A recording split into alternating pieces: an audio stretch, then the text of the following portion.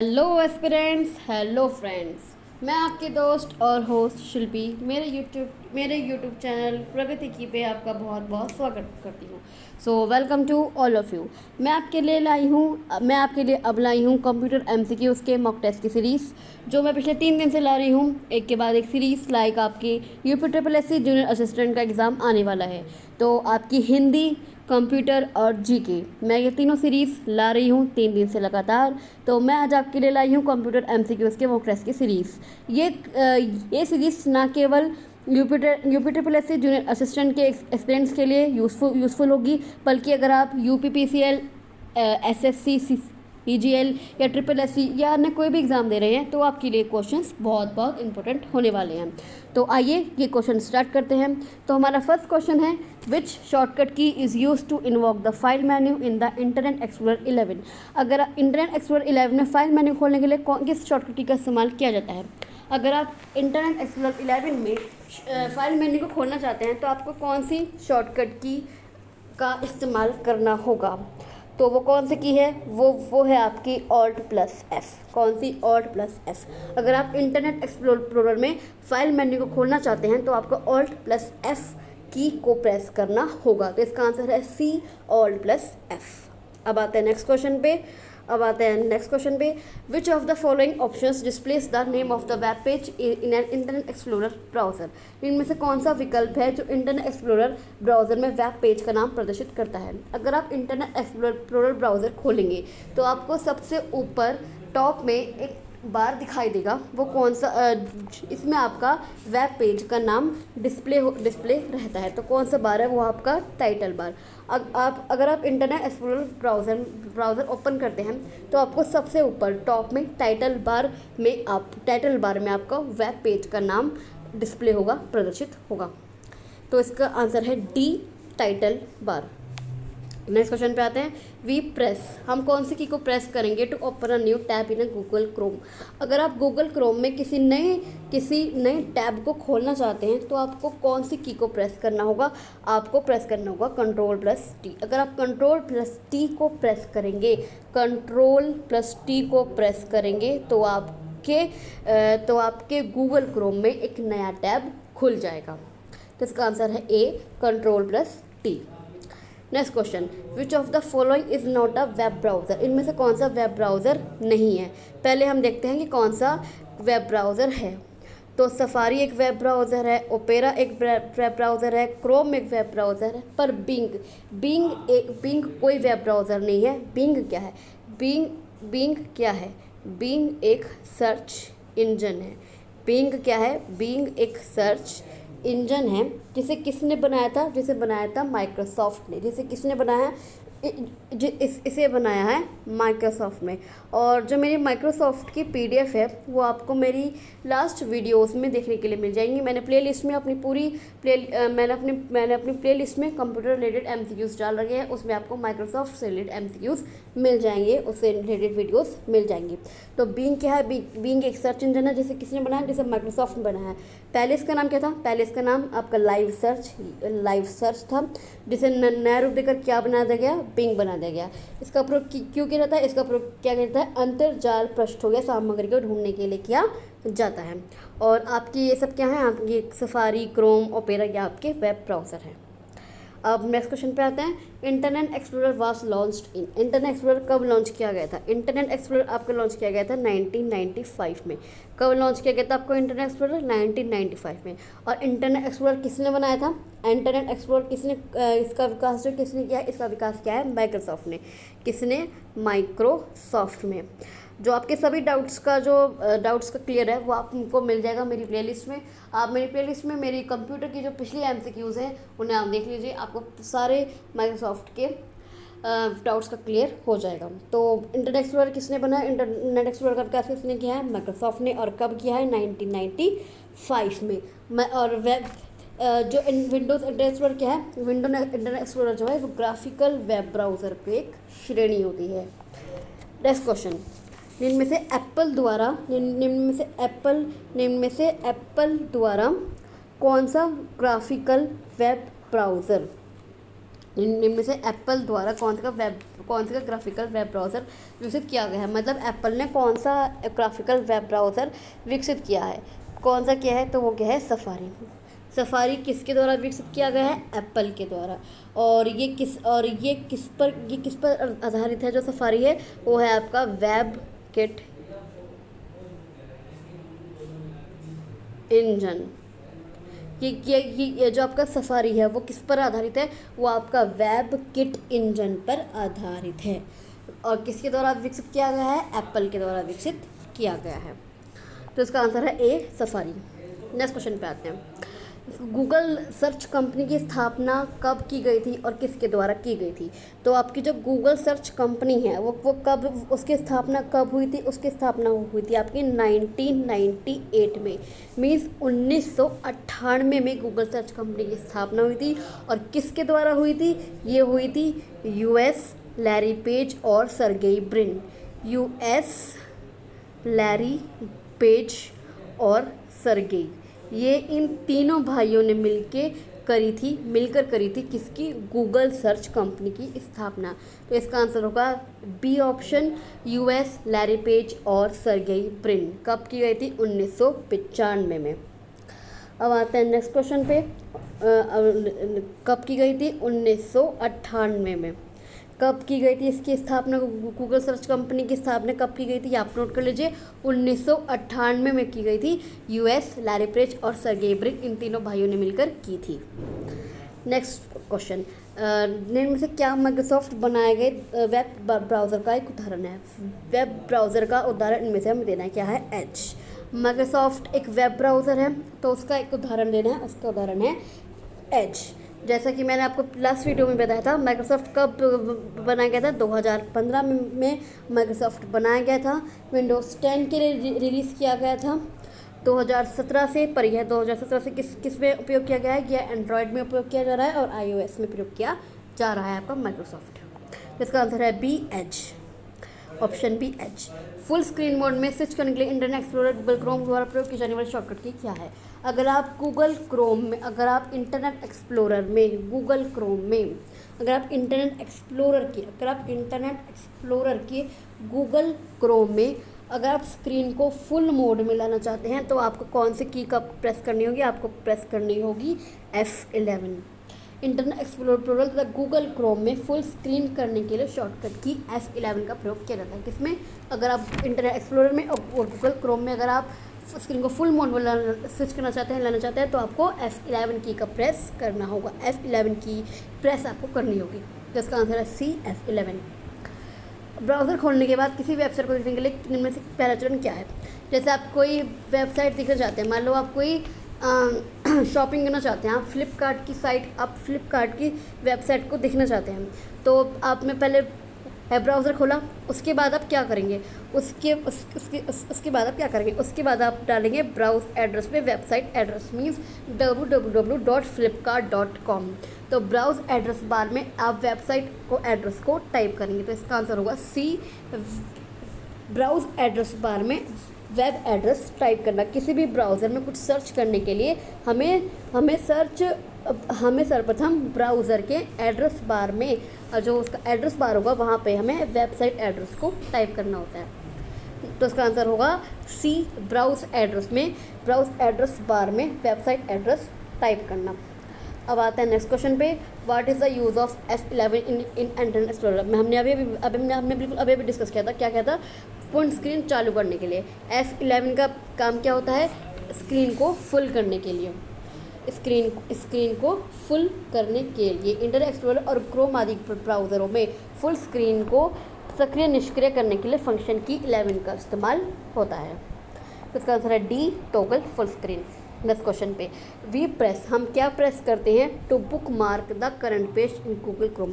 अगर हम Google Chrome में किसी करंट पेज को बुक मार्क करना चाहते हैं, मतलब उसको सिलेक्ट करना चाहते हैं, तो हमें कौन से की को इस्तेमाल करना होगा, हमें की का इस्तेमाल करना होगा Ctrl+D। अगर हम गूगल क्रोम में करंट पेज को बुक मार्क करना चाहते हैं, बुक मार्क मतलब उसे डिलीट या उसे सिलेक्ट करना चाहते हैं, तो हमें कौन से की का इस्तेमाल करना होगा, हमें इस्तेमाल करना होगा Ctrl+D। तो इसका आंसर है ए, ऑप्शन ए, Ctrl+D। अब आते हैं नेक्स्ट क्वेश्चन पे। अब हम आते हैं नेक्स्ट क्वेश्चन पे। फायरफॉक्स वेब ब्राउज़र किसके द्वारा विकसित किया गया है? तो जो हमारा एक फायरफॉक्स एक वेब ब्राउज़र है, फायरफॉक्स एक वेब ब्राउज़र है, जैसे क्रोम है, ओपेरा है, ऐसी एक फायरफॉक्स है। तो किसके द्वारा विकसित किया गया है? वो विकसित किया है मोज़िला कॉरपोरेशन। फायरफॉक्स एक वेब ब्राउज़र है जो किसके द्वारा विकसित किया गया है? Mozilla Corporation. तो इसका आंसर होगा C, option C, Mozilla Corporation. Next question, client side scripting generally refers to the class of computer programs on the web that are executed client side by. Client side लिपि आमतौर पर web पर computer प्रोग्रामों को निम्नलिखित द्वारा client side पर क्रियान्वित करने को संदर्भित करती है। तो वो कौन है?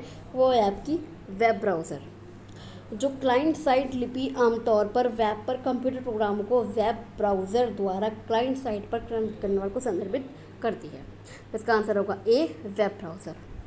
Next question, which of the following is not an application which is following is not an application of information technology in railways? जो रेलवे में है, जो इंफॉर्मेशन टेक्नोलॉजी है, तो इनमें से वो कौन सी है जो इंफॉर्मेशन टेक्नोलॉजी के काम नहीं आती? तो वह आपकी बुलेट ट्रेन। भाई ई टिकटिंग है, ई टिकटिंग आपकी इंफॉर्मेशन टेक्नोलॉजी है। ई टिकटिंग से आप इंफॉर्मेशन लेते हैं, देते हैं। एसएमएस गेटवे से भी, नेशनल ट्रेन में इंक्वायरी सिस्टम से भी आप इंफॉर्मेशन टेक्नोलॉजी का एक पार्ट है। पर बुलेट ट्रेन एक यातायात साधन का माध्यम है। बुलेट ट्रेन एक यातायात साधन का माध्यम। तो इसका आंसर है सी, बुलेट ट्रेन। अब है next question, which among the following describes an applet? Applet क्या होते हैं? एप्लेट एक छोटे छोटे प्रोग्राम होते हैं। एप्लेट एक छोटे छोटे प्रोग्राम होते हैं। इन प्रोग्रामों को कंप्यूटर से, इन प्रोग्रामों को हम क्या कर सकते हैं? इन प्रोग्रामों को हम एक कंप्यूटर से दूसरे कंप्यूटर में इंटरनेट पर, किस पे? इंटरनेट पर ट्रांसपोर्ट किया जा सकता है। इन प्रोग्रामों को क्या किया जा सकता है? इन प्रोग्रामों को एक कंप्यूटर से दूसरे कंप्यूटर पर इंटरनेट पर, और किसी पर नहीं, इंटरनेट पर ट्रांसपोर्ट किया जा सकता है। एप्लेट किसके द्वारा? वेब ब्राउज़र के द्वारा रन किया जाता है। एप्लेट किसके द्वारा रन किया जा सकता है? एप्लेट वेब ब्राउज़र के द्वारा रन किया जा सकता है। तो एप्लेट किसके द्वारा? एप्लेट वेब ब्राउज़र के द्वारा किया जाता है। प्रोग्राम्स, एप्लेट क्या होते हैं? ये प्रोग्राम होते हैं that can be embedded in application. ये एक प्रोग्राम होते हैं जिसे दूसरे एप्लीकेशन में एम्बेडेड किया जा सकता है। तो इसका आंसर होगा D, option D, program that can be embedded in another application. हम नेक्स्ट क्वेश्चन पे आते हैं, which of the following can not be done through internet banking? Internet banking के थ्रू हम क्या नहीं कर सकते? इंटरनेट बैंकिंग आजकल तो सभी लोग इंटरनेट बैंकिंग इस्तेमाल कर रहे हैं। तो इंटरनेट बैंकिंग से आप क्या लोग इस्तेमाल नहीं कर सकते? अप्लाइंग फॉर लोन, आप लोन अप्लाई कर सकते हैं इंटरनेट बैंकिंग से। आप व्यूइंग अकाउंट स्टेटमेंट, आप अपनी अकाउंट स्टेटमेंट दे सकते हैं इंटरनेट बैंकिंग से। आप अपनी ट्रांजैक्शन दे सकते हैं। मान लो आपने किसी को बिल पे किया है, आपने बिजली का बिल पे किया है, आपने अपने सिलेंडर का बिल पे किया है, आप अपनी ट्रांजैक्शन दे सकते हैं। पर आप क्या नहीं कर सकते? आप कैश नहीं निकाल सकते अपने खाते से आप कैश नहीं निकाल सकते। तो विड्रॉइंग कैश, इसका आंसर होगा सी, इसका आंसर होगा बी, विड्रॉइंग कैश। अब हम नेक्स्ट क्वेश्चन पे आते हैं, which part of the email address someone@example.com is called the domain name? जो ईमेल एड्रेस है, जैसे someone@example.com का कौन सा हिस्सा डोमेन नेम कहा जाएगा? तो वो है आपका एग्जाम्पल। तो कौन सा है? वो आपका एग्जाम्पल। जैसे example.com, someone a, इसमें someone a क्या है? वो है आपका यूज़र नेम, और example.com ये है आपका डोमेन नेम। कौन सा है? ये आपका डोमेन नेम। जो ये पहला पार्ट होता है, ये आपका यूज़र नेम होता है, और जो आपका सेकंड पार्ट होता है ये आपका डोमेन नेम होता है। तो इसका आंसर है सी, एग्जाम्पल। अब हम नेक्स्ट क्वेश्चन पे आते हैं, ईमेल पता abcdef@gmail.com अवैध है, क्योंकि ईमेल पते में से क्या होना चाहिए? ये एक अवैध ईमेल है। क्यों है? क्योंकि इसमें ये @ नहीं है। क्यों नहीं है? इसमें ये @ नहीं है। तो अगर ये abcdef@gmail.com होती तो ये बिल्कुल सही होता। तो इसमें क्या गलती है? इसमें @ नहीं है। तो इसका आंसर होगा डी, एक और केवल एक @ वर्ड। तो इसका आंसर है D. Next question, which of the following is the correct format of email address. इसमें से जो कौन सा वो सही फॉर्मेट है जो ईमेल एड्रेस का होना चाहिए, तो वो है आपका sales@website.info। पहले हम सेल्स डालेंगे, फिर हम @ डालेंगे, फिर हम उस वेबसाइट डॉट उसकी इन्फो डालेंगे। तो इसका आंसर है बी, sales@website.info। ईमेल एड्रेस का ये सही रूप है। मान लो xyz@gmail.com, ये आपकी किसी भी साइट का सही एड्रेस है। अब हम आते हैं नेक्स्ट क्वेश्चन पे। इनमें से कौन सा विकल्प अमान्य ईमेल एड्रेस है? मान लें कि ए के बाद की विषय वस्तु सही है। इनमें से कौन सा विकल्प अमान्य ईमेल एड्रेस है?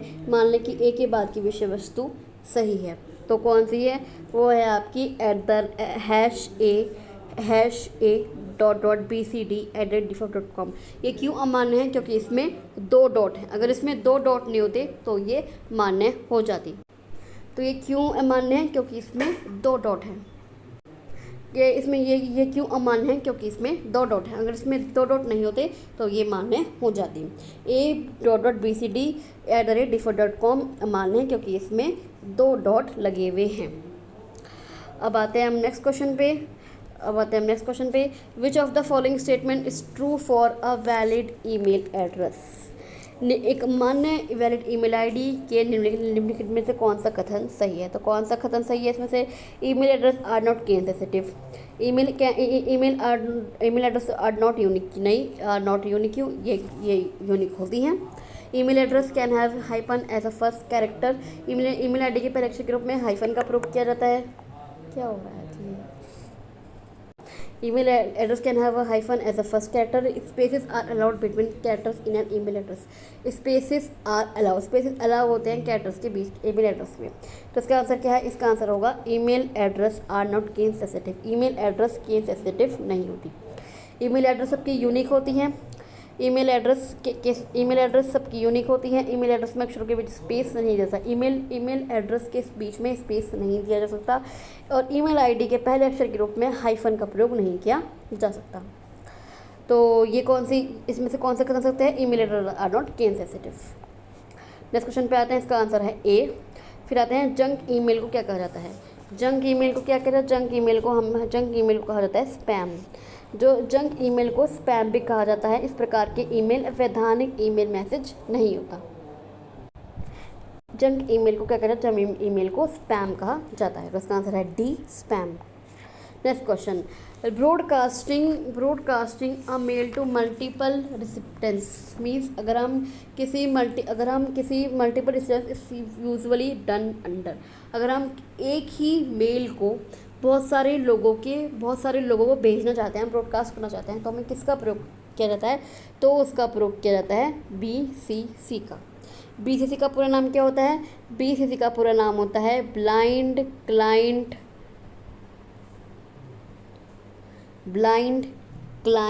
Carbon copy. सॉरी, इसका BCC का पूरा नाम है ब्लाइंड कार्बन कॉपी। क्या है? Blind carbon copy. BCC का पूरा नाम क्या है? Blind carbon copy. BCC का उपयोग करके हम ईमेल प्राप्तकर्ता के नाम को छिपाते हैं, जिससे कि अन्य व्यक्ति को पता नहीं चलता कि ईमेल को किस किस के पास सेंड किया गया है। अगर आप छुपाना चाहते हैं तो आपको किसका नाम करना पड़ेगा? आपको BCC का इस्तेमाल करना पड़ेगा। इससे आप ये नहीं दिखा सकेंगे कि उसको कि आपने मेल किस को भेजा है। तो इसका आंसर होगा आपका BCC, A option BCC। Next question, as UMTS FDD and TDD आर कौन से नेटवर्क हैं? ये कौन से नेटवर्क हैं? ये आपके 3G नेटवर्क हैं। कौन से? 3G नेटवर्क हैं। जो एज है, UMTS है, FDD है और TD है, ये आपके 3G सर्कुलर नेटवर्क हैं। सेलुलर नेटवर्क होते क्या हैं? सेलुलर नेटवर्क होते हैं एक मोबाइल संचार नेटवर्क जिसका अंतिम लिंक क्या होता है? जिसका अंतिम लिंक वायरलेस होता है। तो इसका आंसर है A, 3G। नेक्स्ट क्वेश्चन, हम एक ही ईमेल बहुत से लोगों को हम एक ही ईमेल बहुत से लोगों को एक साथ भेज सकते हैं। उनके ईमेल पतों को किसके द्वारा अलग करके? अब मान लो आपको एक ही ईमेल बहुत सारे लोगों को भेजना है, तो आप किसके द्वारा उनके ईमेल पतों को अलग कर सकते हैं? वो होते हैं कॉमा। किसके द्वारा? कॉमा के द्वारा। अब आप क्या कर सकते हैं? आप कॉमा के द्वारा ईमेल पतों को अलग अलग करके और उसी ईमेल को बहुत सारे लोगों को भेज सकते हैं। ईमेल में बहुत प्रकार के प्रोटोकॉल उपयोग में आते हैं। ईमेल को एक ही साथ कई लोगों को भेज सकते हैं, इसके लिए हम अल्प विराम कॉमा का चिन्ह का प्रयोग करते हैं। तो इसका आंसर है बी, अल्प विराम चिन्ह। नेक्स्ट क्वेश्चन, इनमें से क्या ईमेल संबंधित प्रोटोकॉल नहीं है? आपके ईमेल संबंधित बहुत सारे प्रोटोकॉल्स होते हैं, जैसे मान लो है आपका POP है, IMAP है, SMTP है, पर आपका FTP फाइल ट्रांसफ़र प्रोटोकॉल, ये आपका ईमेल संबंधित प्रोटोकॉल नहीं है। जो POP है, POP फुल फॉर्म क्या होती है? Post office protocol. POP की आपकी फुल फॉर्म, ये लीजिए आपके लिए एक क्वेश्चन तैयार हो चुका है।